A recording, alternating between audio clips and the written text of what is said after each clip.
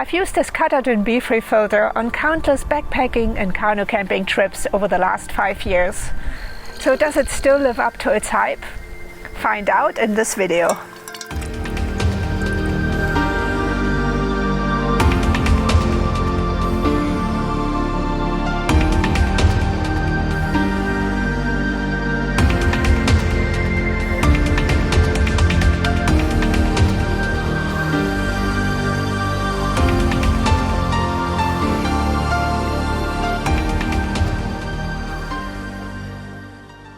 Hi everyone, this is Andrea with Adventures and Dreams.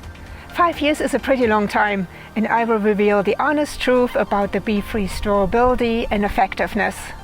We'll talk about how long the cartridge lasts, what it filters and what it actually doesn't filter, how to take good care of it, and all the pros and cons of it. The internet is full of questions, and I'm going to try to answer as many of them as I can today. So let's get started.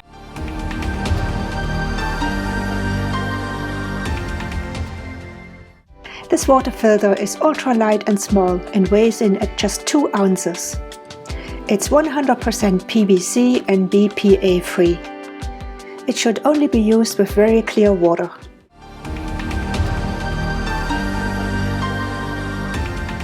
The flow rate is great at 2 liters per minute, but the dirtier the filter gets, the slower this will be.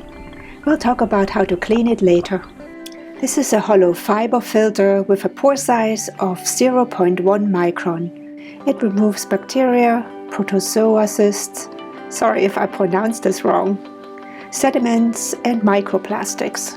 What it can't remove is viruses, chlorine, nanoplastics and dissolved salt, such as you would find in ocean water.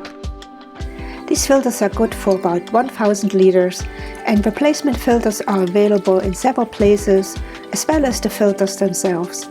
I'll add the links in the description below so you can buy them. These filters have a 2-year warranty.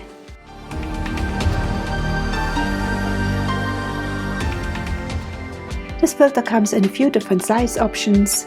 Mine is the 0.6 liter, which is the smallest size, but there's also the 1 liter version, which won an award in 2018.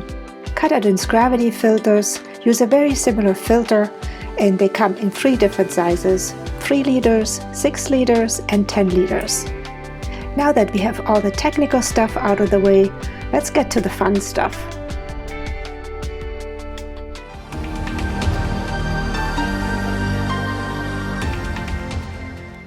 This filter practically folds down to nothing, and it fits in all of my pockets of the backpacks, like a day pack or my photo bag here, the brain of my bigger backpacks, or even the front pockets of it. It's so small that I can even put it in my jacket pockets. When it's full, it also works pretty well in the pockets that are usually dedicated for the water bottles. The more you drink out of it, the more wobbly it gets though, and some of the pockets may not work too well when it's half empty. If you already got some value out of this video, it would be great if you hit the like button. I have lots more things to cover for you.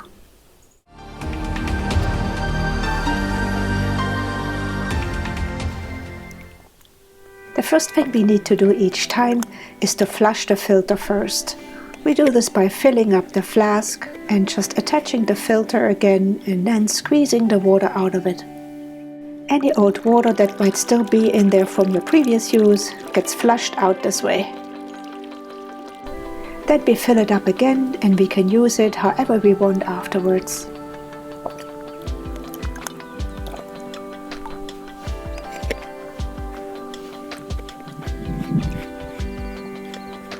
We just close the filter tight again, and then we can drink straight out of it or fill our containers.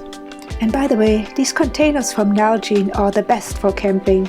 They really take a beating, and I even take them with me on winter trips. I just fill them with hot water and put that in my sleeping bag for extra warmth.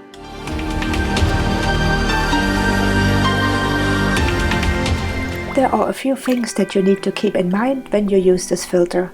Whenever you fill your flask with water from a river or a lake, you need to keep the drinking part closed so no dirty water gets onto it.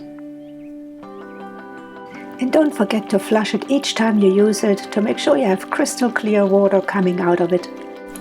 I thought it could also be a problem if you don't attach the filter properly onto the flask, but I tried it over and over again to screw it on the wrong way, but it really wasn't possible, so I guess it's designed really well so you can't make any mistakes and it's always tight.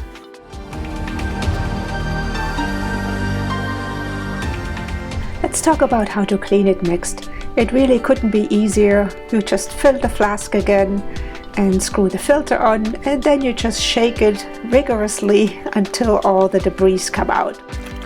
Do you know any other filter that cleans this easily? Let me know in the comments if you do know one.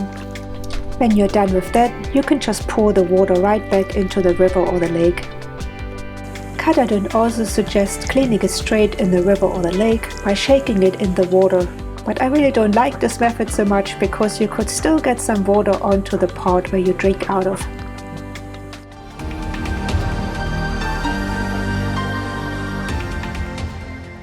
The best way to extend the lifespan of your filter is to take good care of it.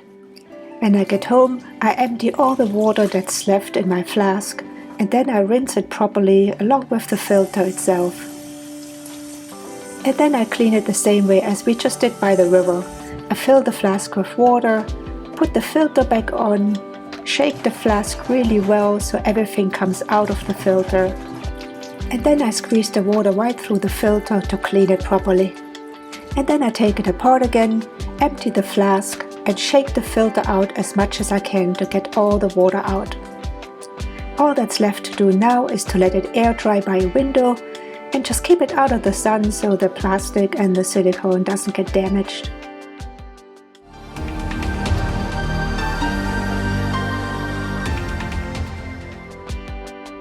I love that there is no assembly at all, and if you do take it apart, it's really easy to put it back together. It also has a pretty long lifespan with 1000 liters. It's ultralight and super small. The flow rate is pretty amazing and beats most filters of its class. And probably most importantly, it's super easy to use and very easy to clean. It does get a little bit wobbly when it's not filled all the way, so storing it with the water in it is a little bit tricky at times. Unlike hard plastic filters, the silicone pouch could also puncture pretty easily. It is recommended to only be used in clear water, unlike some of the other filters that Katadyn has, like the pocket filter, which I will review at another time. It also doesn't remove any viruses or even bad taste or smells. We covered quite a few topics today about this Katadyn BeFree filter. Super ultralight and really great for backpacking. But if you need a workhorse that also works in really dirty water and the filter lasts for a long time, then the Katadyn pocket filter is the right one for you. I'll talk about that in another video and will leave the link down below in the description for you so you can check that one out as well.